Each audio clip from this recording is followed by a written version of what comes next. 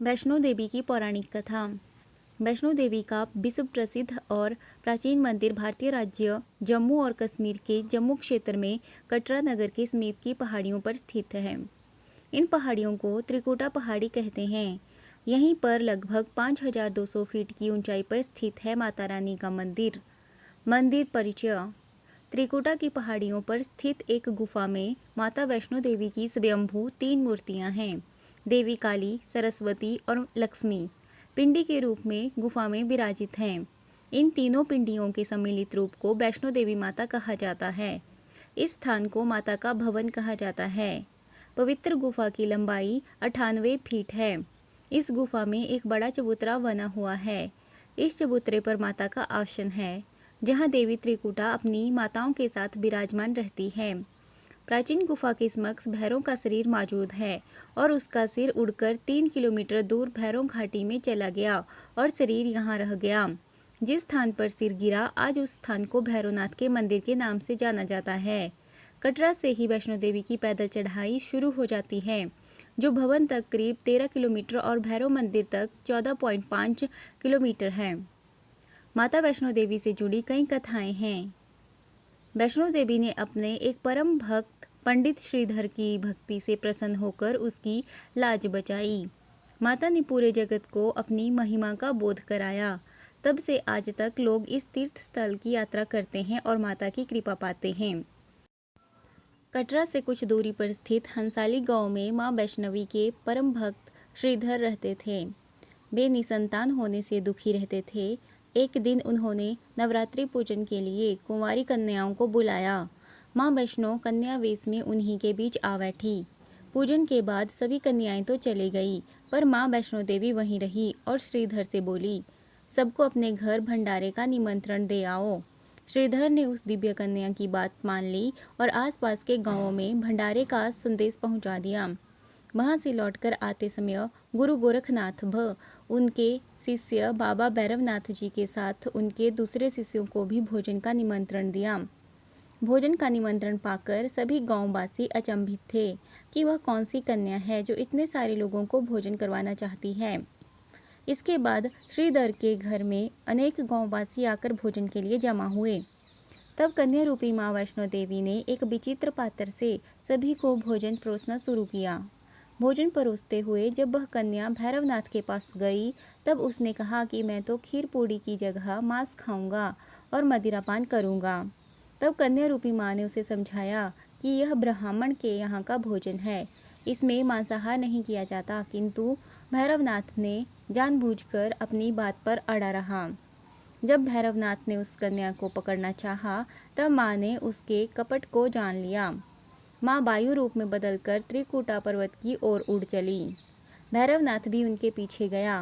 माना जाता है कि मां की रक्षा के लिए पवन पुत्र हनुमान भी आए।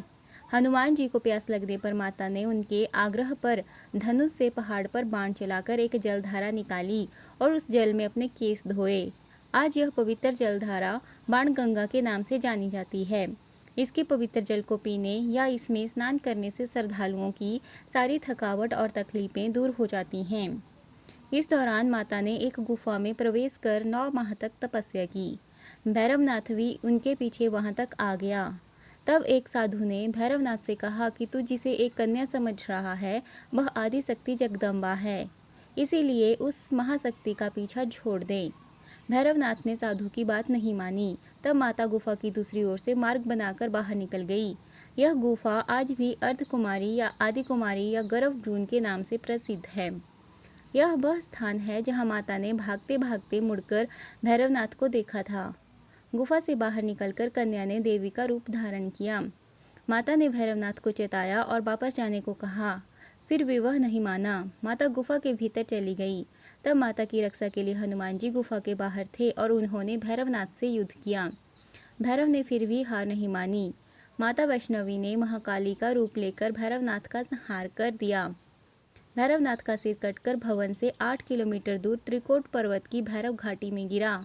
उस स्थान को भैरवनाथ के मंदिर के नाम से जाना जाता है।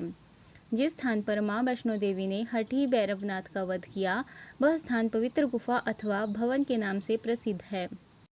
इसी स्थान पर माँ महाकाली, माँ महासरस्वती और माँ महालक्ष्मी पिंडी के रूप में गुफा में विराजमान हैं। इन तीनों के सम्मिलित रूप को ही माँ वैष्णो देवी का रूप कहा जाता है। कहा जाता है कि अपने वध के बाद भैरवनाथ को अपनी भूल का पश्चाताप हुआ और उसने माँ से क्षमादान की भीख मांगी। माता वैष्णो देवी जानती थी कि उन पर हमला करने के पीछे भैरव की प्रमुख मंशा मोक्ष प्राप्त करने की थी। उन्होंने न केवल भैरवनाथ को पुनर्जन्म के चक्कर से मुक्ति प्रदान की, बल्कि उसे वरदान देते हुए कहा कि मेरे दर्शन तब तक पूरे नहीं माने जाएंगे जब तक कोई भक्त मेरे बाद तुम्हारे दर्शन नहीं करेगा। उसी मान्यता के अनुसार आज भी भक्त माता वैष्णो देवी के दर्शन करने के बाद करीब 2.25 किलोमीटर की खड़ी चढ़ाई चढ़ के भैरवनाथ के दर्शन करने जाते हैं। इस बीच वैष्णो देवी ने 3 पिंड सहित एक चट्टान का आकार ग्रहण किया और सदा के लिए ध्यानमग्न हो गई। इस बीच पंडित श्रीधर अधीर हो गए। वे त्रिकुटा पर्वत की ओर उसी रास्ते आगे बढ़े जो उन्होंने सपने में देखा था। अंततः वे गुफा के द्वार पर पहुँचे। उन्होंने कई विधियों से पिंडों की पूजा को अपनी दिनचर्या बना ली। देवी उनकी पूजा से प्रसन्न हुई। वे उनके सामने प्रकट हुई और उन्हें आशीर्वाद दिया। तब से श्रीधर और उनके वंशज देवी माँ वैष्णो देवी की पूजा करते आ रहे हैं। आज भी 12 मास वैष्णो देवी के दरबार में भक्तों का तांता लगा रहता है। सच्चे मन से याद करने पर माता सबका बेड़ा पार लगाती है। जय माँ वैष्णो देवी।